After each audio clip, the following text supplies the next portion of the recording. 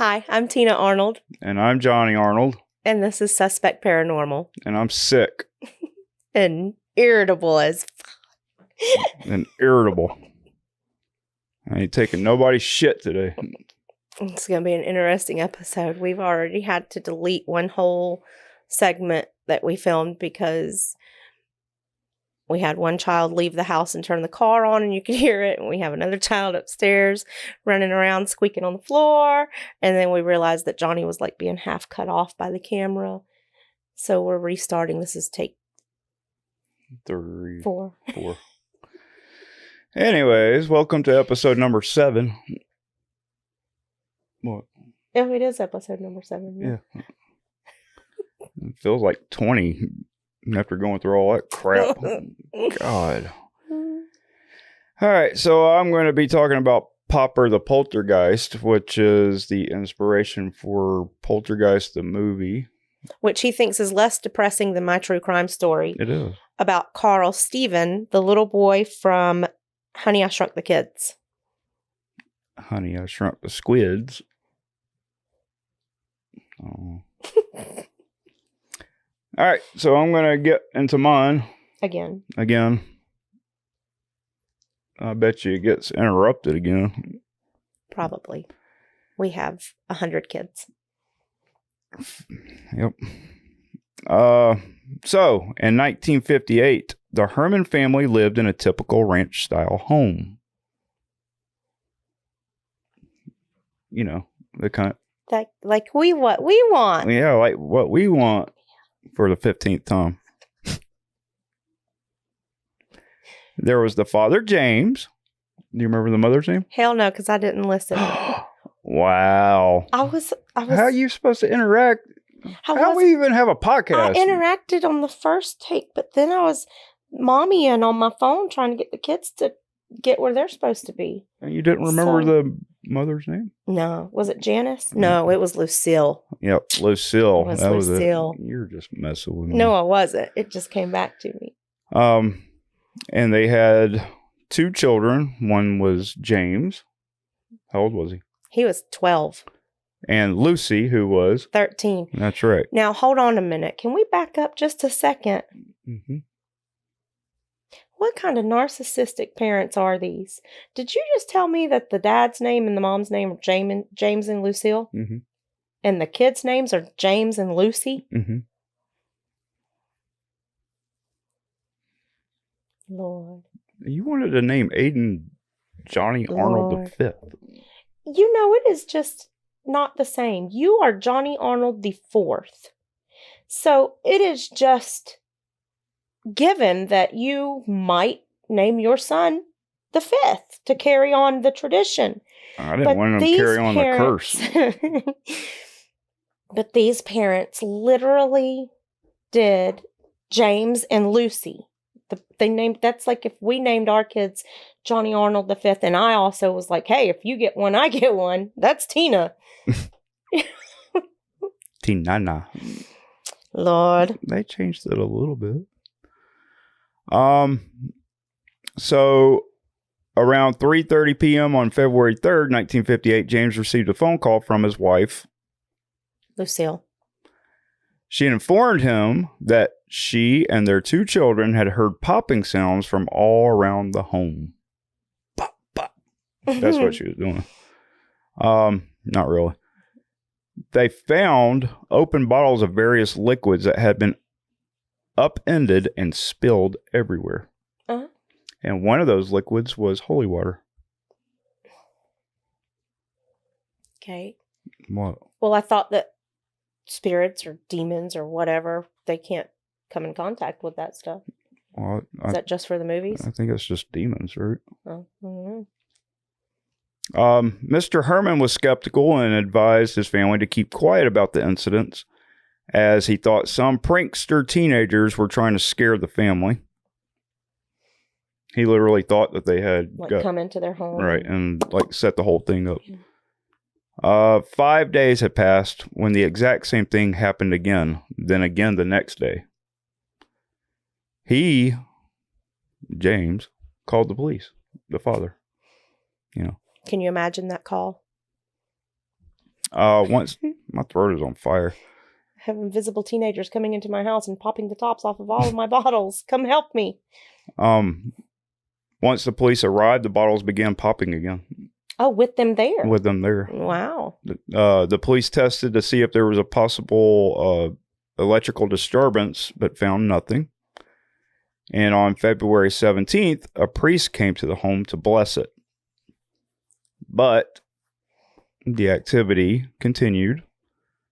And now it actually moved over to flying and moving objects. Uh-huh.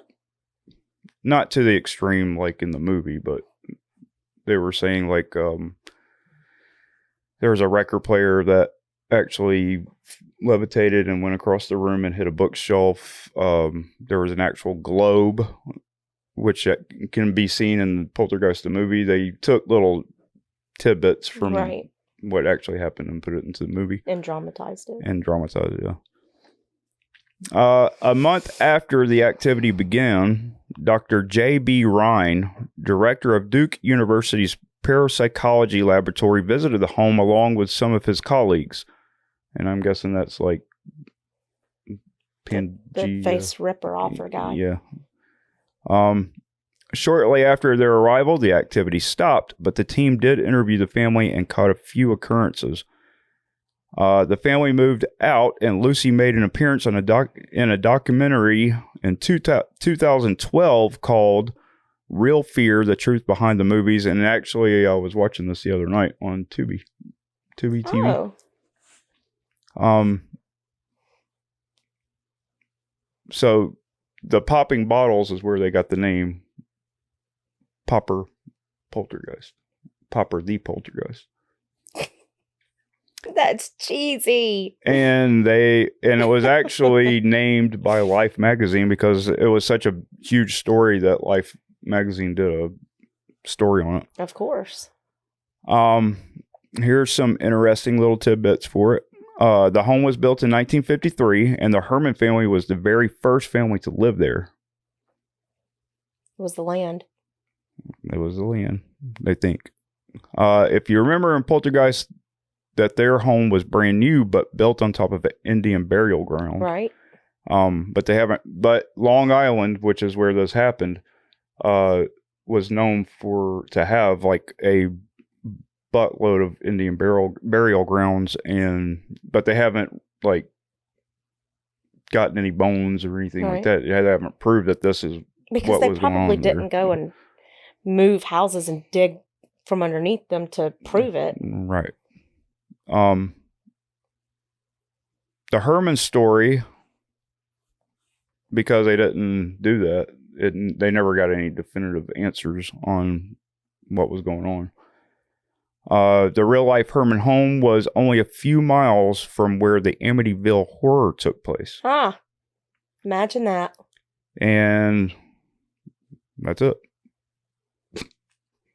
Long Island, apparently is, like I said, is known for their Indian burial grounds, though. So let's go visit. I want to go to the Amityville house anyway. Well, so you said on last episode that you're a huge fan of taps and ghost hunters. That's right? Where they're from, That's right? Or no, they're from Rhode Island. Oh, Rhode Island. Yeah. Okay, never mind. Where's Long Island? I don't know. They got iced tea though. The rapper? No, the drink. Long Island iced tea. Oh, yeah. Yes. Yeah, it's one of my favorite drinks, actually. Does it have liquor in it? Uh-huh. Oh. 7 different kinds of liquor in it. Oh, wow. Oh, yeah. I had this drink years and years and years and years ago called a Red Snapper. And it had, like, all kinds of liquor in it. It's water. Yeah. But it tasted like Kool-Aid, so you couldn't really taste the liquor. And That's the best kind. A friend of mine took me to the bar to celebrate my birthday, and I had every time that I drank one, he was like, flip the cup upside down, we'll make a pyramid. And you just kept throwing it back. Is this the night with the ducks? Yes. So, my throat is really on fire. I was rooming with him and his girlfriend at the time, and there was a pond at the apartments where we were living, and there was ducks out there, and we had laser pointers. Now, mind you, we're completely smashed. I barely even made it. They had to help me walk out of the bar. So we got out to the pond and we started doing the laser pointer things at the ducks, and they started they were biting themselves and like chasing her around and getting pissed off, and I started like trying to point it at him to see if they would attack him, and they would like run up towards him and I'd move it. You're so mean. But yeah. But he probably deserved it. Yeah. Anyway. It's funny that you took the turn to turn this into a discussion about alcohol. And that's kind of where my story is going to go. It's going to lead there. My watch keeps popping off. Hold on. I mean, the band thing keeps holding it. Not holding it. Okay. You just turned it on. Oh, it went back off. Are you ready for my story? I am. Let's hear your story. You got a story? My story's better than your story. You wouldn't think so if it actually happened to you. It did happen to me. You didn't have damn bottles popping everywhere. You didn't have Popper the Poltergeist? I did not, but I had Scratchy Scratcherson scratching all the walls around me in a circle. That's not the same. It's not? No. It's just as scary. I had a dresser overturned while my children were asleep in the room. It's not the same, y'all. It's not the same. It's not better. It's just different. Anyway. Okay. So Carl Steven, he was a child actor who was most known for his roles in the TV shows Out of This World and Weird Science. Weird Science was a TV show? I'm going to sneeze. Uh-oh. Oh, Lord. Out of This World. Is that the girl with the diamond that her dad is in and she talks to him? I think so. I think that's what, but I don't remember him from that show. And yes, Weird Science was a TV show briefly, and he was in it, but I don't think I ever saw the TV show. I knew him. No, I didn't, because I didn't even know it existed. I knew him from Honey, I Shrunk the Kids. My string is from my skirt's getting on my nerves. Okay. And you said he was the friend that came over and wanted to control the remote control lawnmower. Yes, I just watched the movie recently with my kids. And remember, he was like an inventor. The dad. What's his name? Rick Moranis? Rick Moranis. Yeah. And he had his lawnmower set up to where his son could do it with the remote control. And so all of the neighborhood kids wanted to do that. And this boy was really adamant. He came over and he was begging to mow the grass. And Rick Moranis' son was kind of manipulating him into this because he didn't want to do it. And so he told him, yes, but you have to come back and do it at a certain time, and made the little boy promise he would come back and do it at a certain time. But he ended up coming back late and almost killed the shrunken kids with the lawnmower. Oh. But that little boy is Carl Stevens. Okay. Or Carl Steven. Well, I got my iPad right here. I'm going to look and see what he looks like. Okay. So Carl was born Carlo Steven I don't know how to say his last name. Krakoff? You Krakoff. I knew that wasn't going to go over well. On November 7th, 1974. Oh, is that today? It is. How weird is that? What is it? What a coincidence. Today is his birthday. Oh. I didn't plan that. So he started his acting career when he was 6 years old, appearing in some of my favorite TV shows, Webster, Different Strokes, and Punky Brewster. I was a big fan of all three. He retired from acting, however, in 1996 at the age of 22 after appearing in 6 successful episodes of Weird Science. He got married in 1998 to his wife, Dawn, and together they had a son named Noah. After having had a tonsillectomy, Carl became addicted to painkillers and would spend the later part of his life battling that demon. It got so bad that he was compelled to begin stealing and robbing stores for money to feed his addiction. He was so desperate that he would end up robbing several Walgreens and CVS stores with a toy gun. That was him? That's him. Yep. Do you remember him? Mm-hmm. I mean, barely, but yeah. So what did he rob? A liquor store. With what? Toy gun. So he robbed several Walgreens and CVS stores. That's what I meant. I was looking to... You gonna pay attention to it? Yes, I was researching. He was after his usual suspects, OxyContin and Vicodin. So, of course he would go to Walgreens and CVS. He was eventually caught after the employee that he was robbing at the time recognized him from TV and turned him in. Oh. Dude didn't even wear a mask.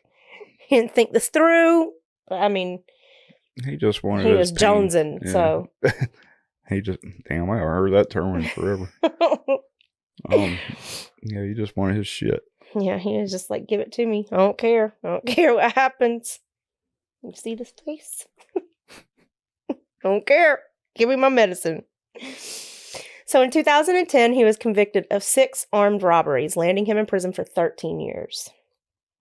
He would have been up for parole this year. Y'all, that is so weird. I mean, think about it. I did not plan to do this story about him on his birthday, the year that he would have been paroled from prison.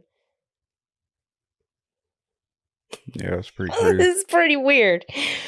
Okay, but instead, he died in prison in 2011 of an overdose at the young age of 36. Wow. He had a fellow inmate smuggle heroin into the jail for him. And it is unknown whether he intentionally overdosed or if it was accidental. Somebody hot-shotted his ass. I don't think so. You don't think so? No.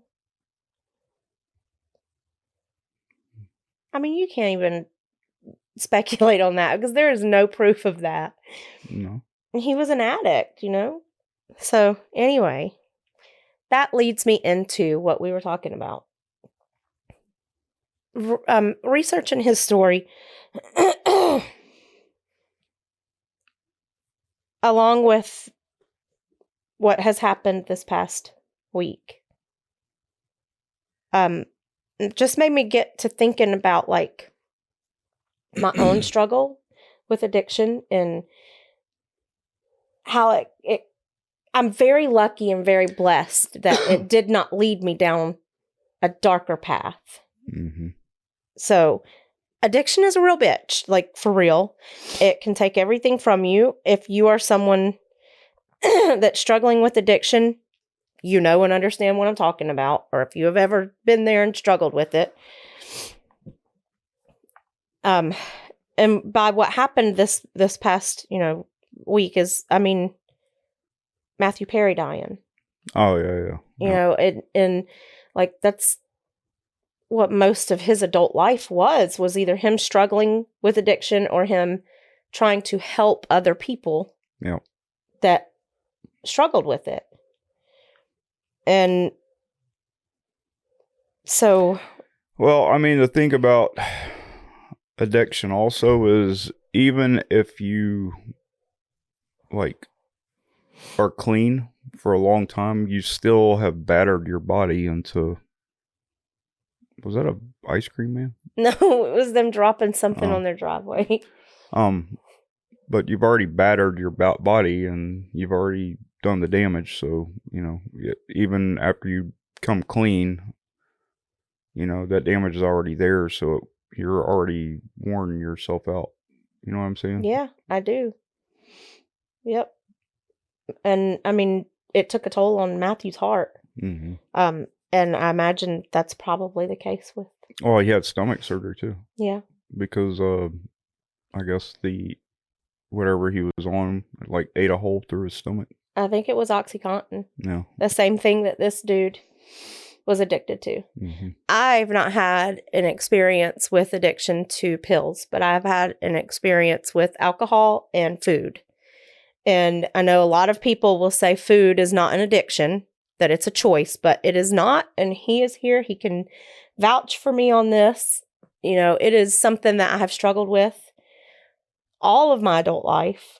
And it's not a choice because you have to eat to survive.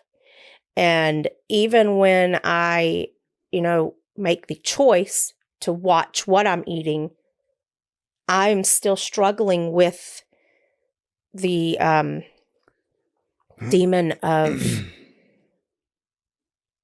wanting the other stuff, or like sugar and carbs, and it is really like it'll really take over your thought processes and everything. I mean, it's well, unless you are making a buttload of money, it's really almost impossible to eat healthy anyway, because all the healthy stuff that's supposed to be like natural and stuff, they shoot the prices to the roof, and then like all the processed crap with all the chemicals and shit in it, and that's the stuff they're selling for 99 cents or whatever, because they want to keep you sick, right? Because if they keep you sick, they keep you on their pills, Right? So Big pharma. But the thing is, what I'm trying to say is, it's the same, but it's different, because it's not a pill. It's not a chemical. It's not alcohol, but it is still a driving force that overtakes your life and can make or break your life, pretty much. And along with that, I have struggled with alcohol because of my depression and anxiety and the stuff that comes along with the food addiction. Mm-hmm. So I am very well versed in what these two went through.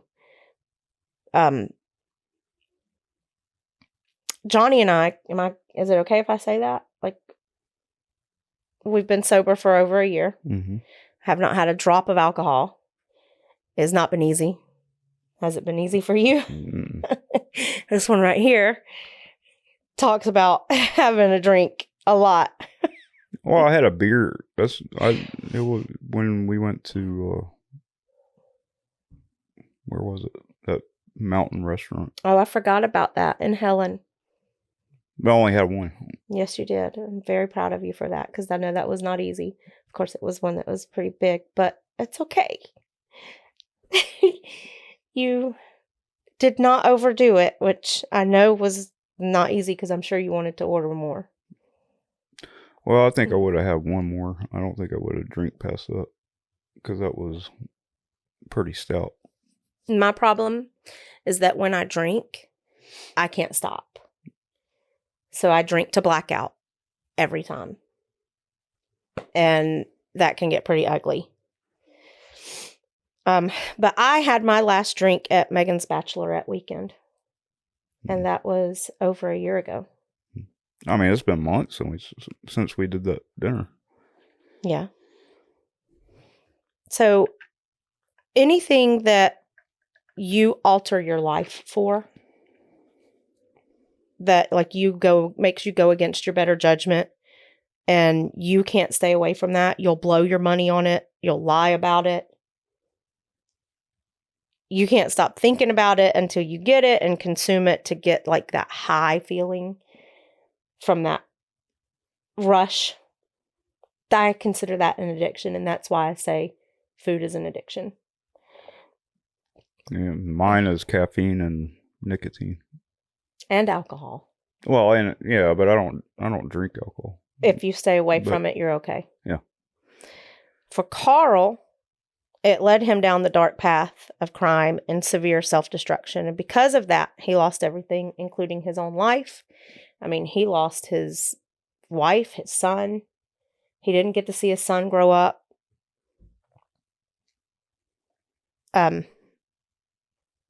So this was kind of a different true crime story than what we're used to doing. Usually, I had to actually look it up to see if this is something that most people would talk about on a true crime podcast. Only because...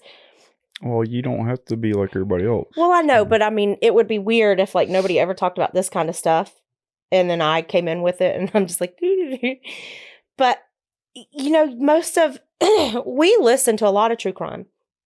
We watch true crime documentaries. You know, we love that. But most of the stuff that's talked about is a two-party thing. Like it's somebody that has harmed or hurt somebody else, you know? Right. That's what you're used to hearing about. And so he only hurt himself. And so this is kind of a different story, but I thought... Well, he scared the shit out of people. Well, that is true, with his little toy gun with the orange...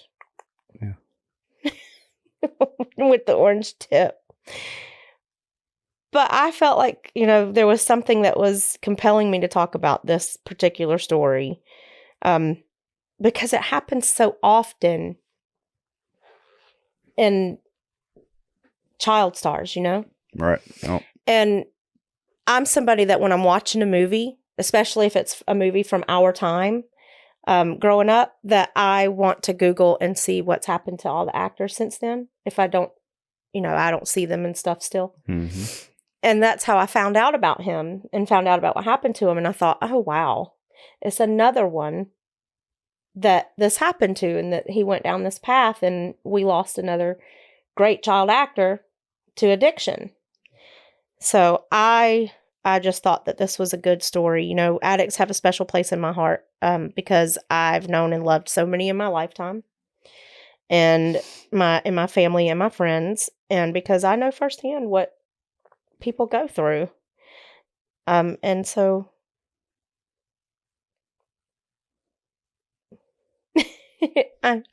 I know that you feel very differently.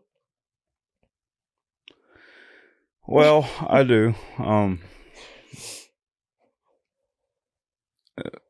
think that I don't know how to really be nice about it. We had some of similar experiences growing up, Johnny and I, but he processed it differently and took it to a different place. For me, it gave me a soft spot for wanting to help people, and it for him turned him kind of cold because he watched a lot of bad stuff happen to people that he loved. It was my grandparents And your mom. And my mom. My uncle and my sister Both were addicts. both big time addicts. And my uncle actually, it was all over the news, local news and stuff, but he was arrested for elderly neglect and abuse. Which led to their And passing. He should have been arrested for at least, what do you call it? The involuntary manslaughter. Yes. But he wasn't.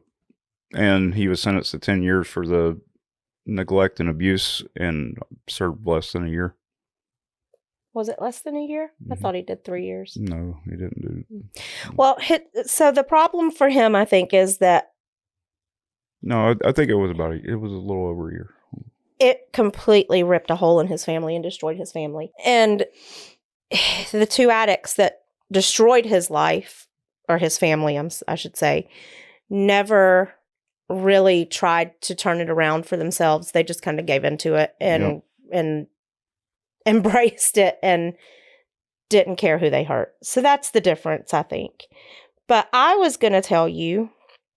Well, my uncle, I guess my sister too, but I stopped talking to my sister like when we first got together. Yeah. Uncle, I couldn't stop talking to him because he lived with my grandparents, and he literally lived there until they passed away, and he was in his 60s. So, Lord. Yeah.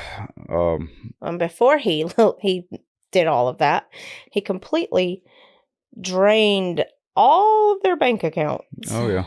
They had hundreds of thousands of dollars, and it all got squandered on drugs. Yep. Every bit of it. Every dime. Every dime. So I have a list, just to move you away from that. Okay. I have a list of celebrities that were victims of true crime. Victims? Yeah. Okay. Or either victims or the perpetrator. So Phil Hartman, do you remember him? Yeah. Murdered by his wife. Yep. I remember when that happened. Yep. Gianni Versace was murdered by a serial killer named Andrew Cunanan. I don't know how to say his last name. I don't even know who. You don't know who Versace is? Is that the opera singer? No, he's a Oh, I don't know. he's a designer. Oh, yeah, no. John Lennon was murdered. Yep. Selena murdered. Yep. Both of them murdered by people who claimed to be fans, I believe. I don't remember who she was. I should have wrote down who some of these people were. I think Christina Grimmie was a contestant on one of the talent shows. And she was murdered. Rebecca Schaefer. I don't know who that is. I don't know who either If one you of those. looked her up, you would know who she was. Natalie Wood. Oh. Now, Natalie Wood is an interesting story that I would actually like to cover in length on the show because... Why don't you do that for the next episode? Well, I have my next episode. Oh. But hers was a really mysterious thing. She was like on a boat with her husband and another actor, and they never really knew what happened. That was Robert, damn, what was his name? I don't remember what his name is. I don't know, but the creepy guy was with them. Christopher Walken. Yeah, but I was talking about, I can't remember what the other dude's name was. Her husband? Yeah. He was convicted of that, wasn't he? No. I thought he was. Uh-uh. Oh. Not Christopher Walken, but the other Robert dude. Wagner. Yes. He wasn't convicted? I don't believe so. It was ruled an accidental drowning. Wow. Marvin Gaye. Go swim with the fishes. Oh my gosh. Y'all, I can't even watch Christopher Walken movies. I can't hear his voice. He creeps me out so bad, I will have to leave the room. Ugh, I don't know. There's just always been something about him since I was a little girl. I can't do it. Marvin Gaye was murdered by his own father. Oh, wow. Dimebag Darrell. Oh, yeah. That was bullshit. Oh. He was murdered during a concert. By a fan. But he would, they were blaming him for Pantera breaking up. Yes. Oh. Alfalfa. Remember I told you about Alfalfa? Oh. Alfalfa was murdered in a bar fight over $50. The original Alfalfa from the Little Rascals. Yep. And you were talking about Poltergeist. Mm-hmm. Do you remember? The older sister, daughter, Dominique Dunn, was murdered by her ex-boyfriend. Yep, forgot about that. And I think this is who you were thinking about, Robert Blake. Robert Blake, yes. Yes. Yep. He was acquitted of his wife's murder. But I remember him going to trial. Yes, I remember there seeing were it so on many TV. people, though, that believed that he did it. Like, they still consider... But he got shunned. He didn't work again after that. Not that I know of. So Johnny Lewis from Sons of Anarchy. You don't remember him? I don't remember. I don't remember what his character name was. He was the I think he was a redhead. I'm colorblind. He could be a blonde. He murdered his landlord, and then when he was trying to get out, he fell off of the roof and died. It's like instant karma. Damn. That's what I could do. Sid Vicious. They, thought that he murdered his girlfriend Nancy, but he killed himself before anything could come of that. So that's a pretty good indication that he did it. Or that he didn't do it, but he was afraid of being convicted for it. Yeah. And so he just went out with her. Or the person that did it Took him out too? took Who him out, knows? I know their relationship was a very toxic relationship. Don King. Do you know who Don King is? Like the Yeah, for the hair? manager for Mike Tyson, right? Oh, I have no idea. Is that not the same guy? Don King? I have no idea if that's how he's famous. I don't. I know him for his hair. He murdered 2 people 13 years apart. I didn't know that. Let me see. We're going to research for a second. Don King. Yeah. That was the He is? He's the manager for Mike Tyson. Yeah. I think didn't he's know dead that. now, though. I have no idea. I know that the 2 people he killed are. John Holmes. Do you know who that is? Sounds familiar. You know that name, don't you? Yeah. He's an adult film star. Oh, yeah. Who is known for having a rather large Ding dong. member. Possibly murdered 4 people. Isn't he still around? I mean, not No, doing... he died of HIV. Oh, I didn't know that. Okay. But they could never prove that he did it, but they highly suspected that he was the culprit behind the 4 murdered people. Ryan Gratham, the kid from Diary of a Wimpy Kid. That's a crazy story right there. I never saw that.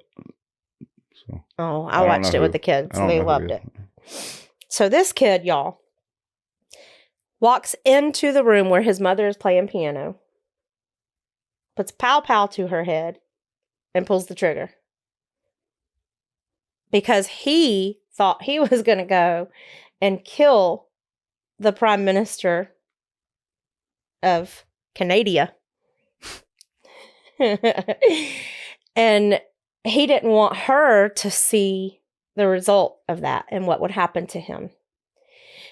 So he thought he was doing a mercy killing and putting her out of her misery before she entered it. And he got halfway there to his destination and was like, I'm tired. I don't think I'll do this today. And went home instead. Oh. So he did that for absolutely no reason. Okay. Well. Hollywood drives people crazy. I'm telling you right now.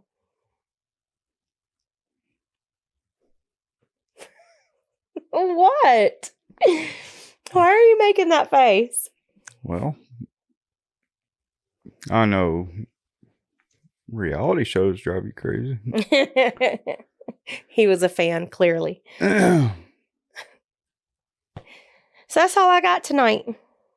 As if that wasn't enough. Oh, I was going to tell you. Did I already tell you about... I don't know if I already told you about him. I don't know. Oh, by the way, if you didn't notice, we didn't have a Patreon episode for this one.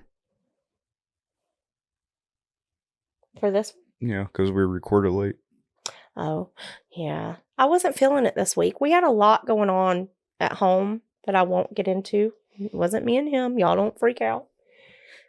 But we just had a lot going on. And he's been feeling ill and I was feeling down. And so we just kind of pushed it out as far as we possibly could. I literally just got over a cold and now I'm sick again.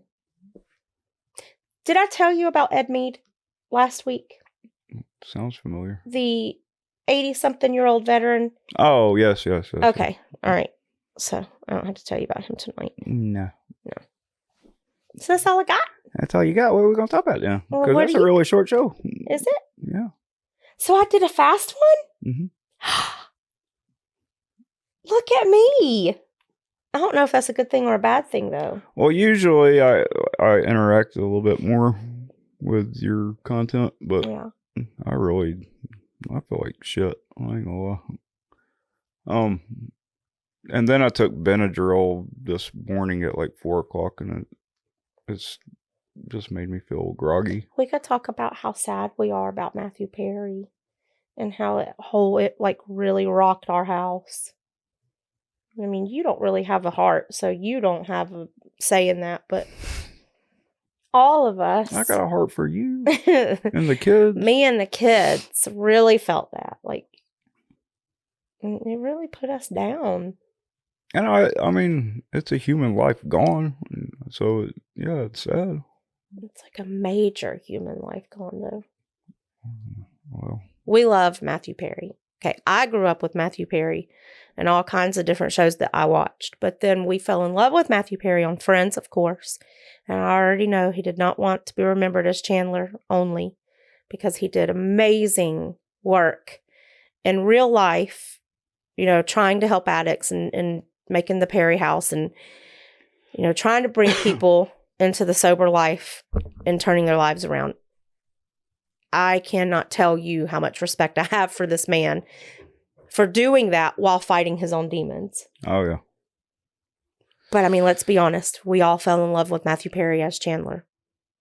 You know, he made us laugh. He made us forget our own woes and worries and sadness by just getting up there in front of the camera in some of his worst times in life and making sure that we all felt better through his work.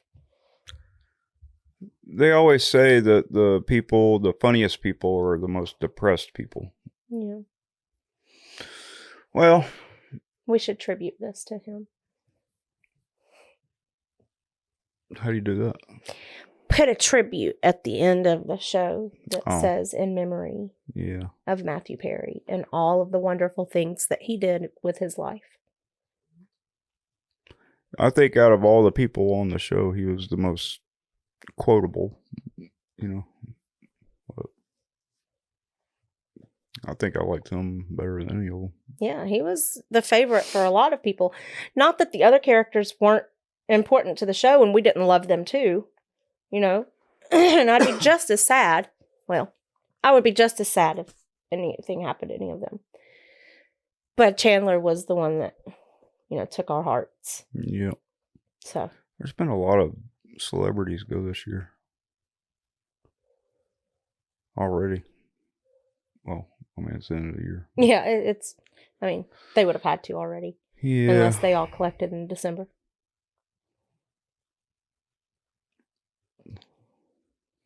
What if that did happen? No, that's my birth month.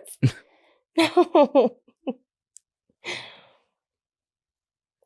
December is all white snowflakes and sugar plums and dancing fairies and Bing Crosby songs. People have already put up Christmas lights in their yards. And Christmas trees. I would put them up already too. And Christmas trees. Yes. November 1st. That starts the Christmas season. But you can't put your tree up because you wanted a live tree. Yeah, I can't put my tree up because I had to go and get it. He has to go cut it down. Yeah. The last Christmas tree we had, it was too big. No. The last Christmas tree that we had last year. No, I mean the last live Christmas tree that we had. Last year, we had a fake tree, okay? And it was one of those pre-lit trees. Nothing against anybody that has a pre-lit fake tree. If that's what your thing is, then that's absolutely fine. But that is not for me. We were sitting in the living room. We had put it up maybe 2 days before. Half the tree goes black. The lights just go out. There's nothing we can do. So. That was from the cats, wasn't it? No. Oh. So we had the bottom half of our tree completely lightless. Oh, yeah. And the only lights, now this was a pre-lit tree with the multicolored lights because that's my favorite. But his favorite lights are the white lights. And so that's what we put up on our real tree. And those were the only extra lights that we had. So our Christmas tree last year had half multicolored lights and then white lights at the bottom. And it wasn't so even messed up. the white lights weren't even the same. Ones were LED and one were like those over there, like the yellow tint to them. It was not good. So this year, We're gonna do better. yes, I want my real tree with all the same color lights. I like some of the fake trees though. I like the fake ones that, like, with this fake snow on it. We're so different. Yeah. We're so different. I don't want the fake snow tree. I want the green I like tree. the fake snow tree. And then I like it with the white LED lights that are bright. Yes. So we need 2 trees actually because he needs his tree. We had 2 trees one year. We did. But I don't know what happened to them. One looked like a 80s threw up all over it, and then the other one tree. was pretty. Wow. So my tree is green with the multicolored lights. And if it's the big, like, obnoxious lights, that's even better.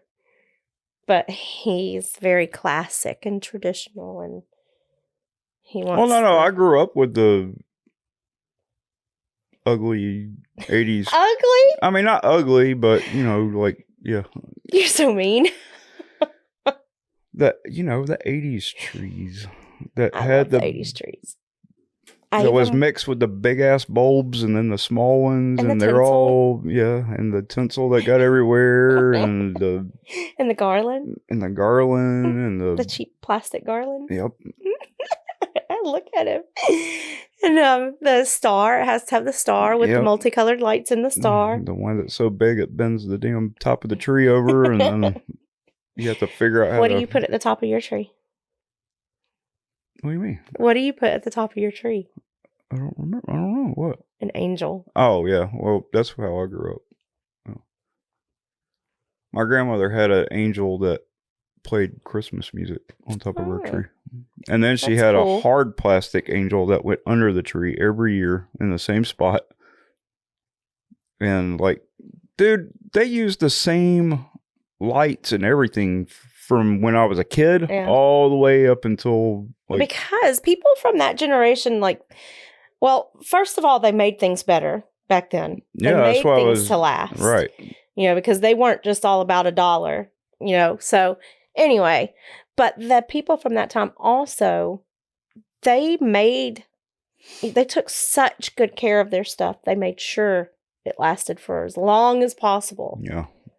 They even, like, kept the little light packets. You know how the lights come with the extra little bulbs in case something happens? Yep. They'd even go through and find the messed up bulbs and put the new bulb in it. We had those in the kitchen drawer. Away. We had them in the kitchen drawer. Oh, we put them in the junk drawer, and it's just like throwing them away. But they did they took really good care of their stuff. Yeah. But even when we store stuff and we bring it out, it's still like jacked up and stuff. It's right, because I'm not wrapping it properly and stuff like that. They didn't wrap it. Like the lights and stuff, they just rolled them up and put them in the I don't know. I don't know to tell you, dude. You're buying new lights every year. Pretty much, yeah. But I'm just saying that they really don't make them like they used to. They do not. But then again, they also don't get half the heat that put off half the heat that they used to. Right. So I don't have to worry about my real tree burning down. Right. That was pre-LED.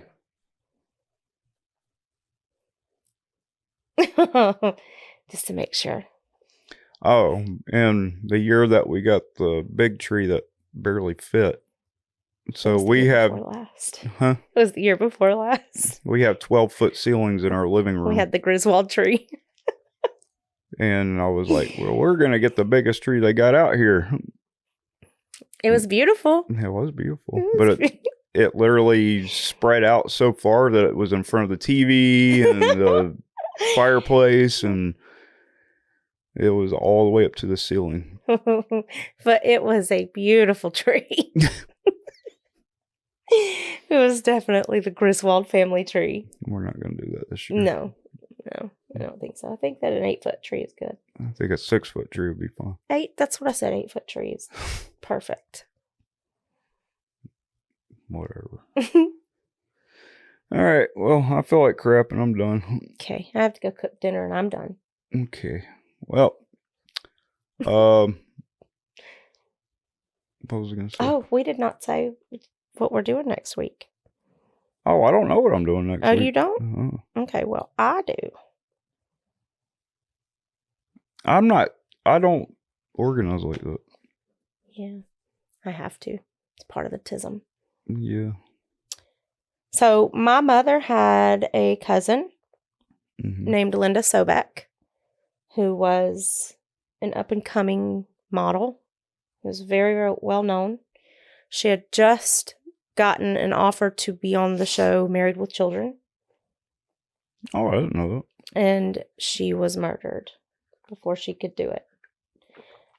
So So she could have been the Christina Applegate. She was going to guest star. Oh. Yeah. So that is the story that I'm going to cover next week. I'll figure it out. You'll figure it out. Yep. You'll figure it out. I'll figure out what I'm going to be talking about. Because I have no idea right now. Okay. Maybe we'll go on a trip. Go on a trip? Yeah. Maybe we'll go do a day trip somewhere. What the hell are you talking about? I'm talking about I want to go on a day trip somewhere. For the podcast? Yeah. One of our travel videos. That's a totally separate entity, and we got to wait to do that. But we can talk to them about it on the show. Yeah. And hopefully we're going to hear a time when our first travel video is going up. Oh, I've already finished it. I just got to go through it and make sure that we're proofing it together. Yeah. To make sure that he didn't say anything that is not suitable for TV. Yes. So there's that to look forward to. Sometimes I get explicit in the car with my language. Yeah. And descriptions. It can get very interesting very quickly. When Johnnie is bored, you are never going to be bored because, yeah, he gets out of control.